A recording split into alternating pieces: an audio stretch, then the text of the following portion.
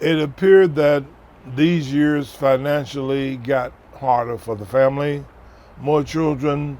My dad worked a job or two all the time, but it seems like from 1948, the 5 years to 1953, our family lived at 4700 Crittenden Drive. Resources were very limited. I remember we did not have gas in the house. We had a coal stove in the hot pot belly stove in the middle room. My mother had a cooking stove that she cooked all the food by wood and coal in the kitchen.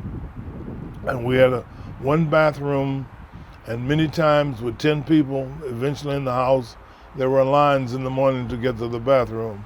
That was the time that I promised myself I would never have a house or an apartment that didn't have a minimum of 2 bathrooms.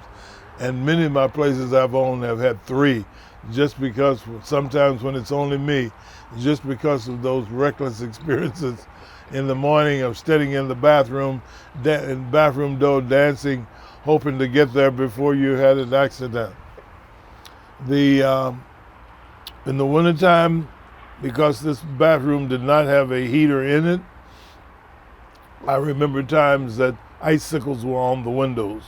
And to take a bath, you had to open the door and let it stay open a good while, put extra wood in the stove, overheat the kitchen so the heat from the kitchen would go in the bathroom. That while living on Crittenden Drive, I think my dad, Cuttie Baker Jr., thought it was time to begin to teach me personal finance, how to manage money, and life lessons he called for having money.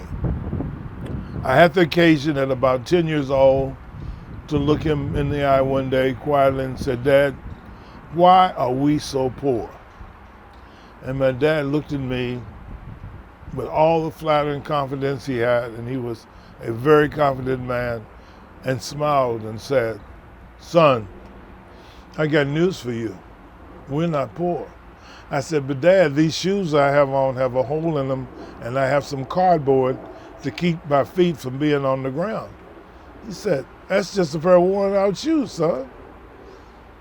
We're not poor." I said, "Well, what are we?" He said, "Son, we're broke." He said, "You can fix broke. You can't fix poor."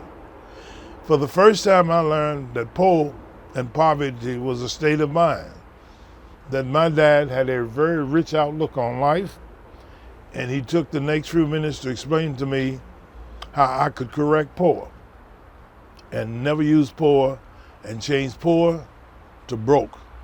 He said, "Now you broke. Anything that breaks can be fixed. You broke and you don't have no money.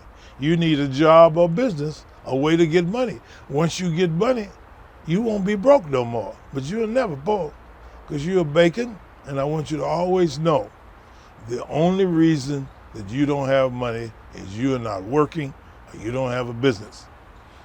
I tried to explain to him that I was 10 years old, couldn't get a job, and I didn't know how to put together a business. And he said, "That's why boys have fathers.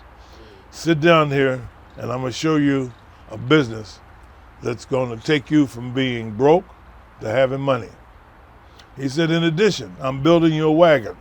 He built me a wagon that was about 5 feet long, 2 feet wide, put metal wheels on it and a handle.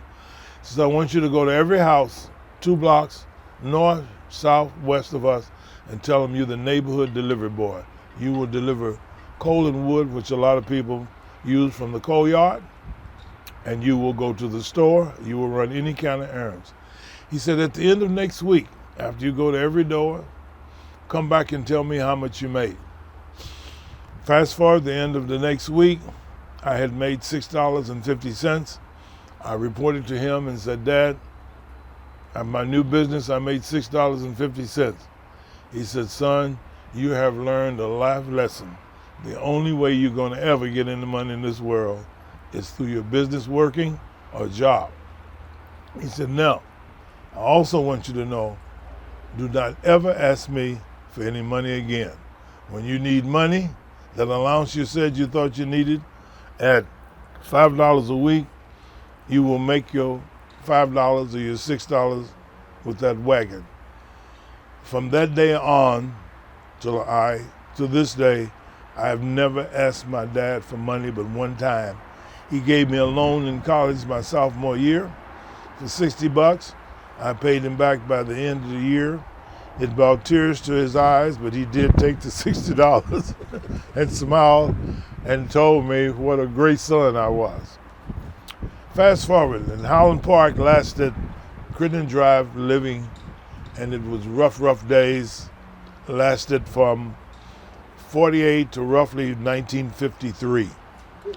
Before you talk about that, tell me a little bit more about your father. What kind of work did he do on the railroad? My dad was a blue-collar laborer that I think, if I recall correctly, drove a truck, kind of like a junk delivery truck for the railroad, pick up and drop off. He only stayed there about a year. There was a company, I think it was new to Louisville, called DuPont, chemical company from France. They paid more money, had better working conditions. So he went there as a truck driver. He at first drove a kind of garbage truck for the plant that picked up all the chemicals and rubbish. And then he was promoted from that to a delivery truck. And he wore a uniform, and I have a picture of him in his uniform that he's very proud of. He wore a shirt and tie starched every day driving this truck. And this particular company had what they call a change house because the guys got so dirty at work, they had a shower and a change room and lockers. And when you finished work, being sweaty and dirty, you washed up and put on regular clothes. My dad never left home that he didn't look like he was casual business. When he returned home, he looked like he was casual business. You never knew that he actually worked on a dirty, greasy job. On the side, his part-time work, when he wasn't at work, the plant medical physician became a dear friend of his. This physician was I think an Irishman, but he and my dad was the same size, and he liked to fish. So all of my dad's vacation, he would pay him the same thing he worked at work, and he would travel sometimes as far as Canada for a week or two with his family and fish with him. And he was also his kind of butler on the weekend and cook. My dad was an excellent cook, cooked much better than my mom. He was a perfectionist. He sewed better. Anything he did it to perfection.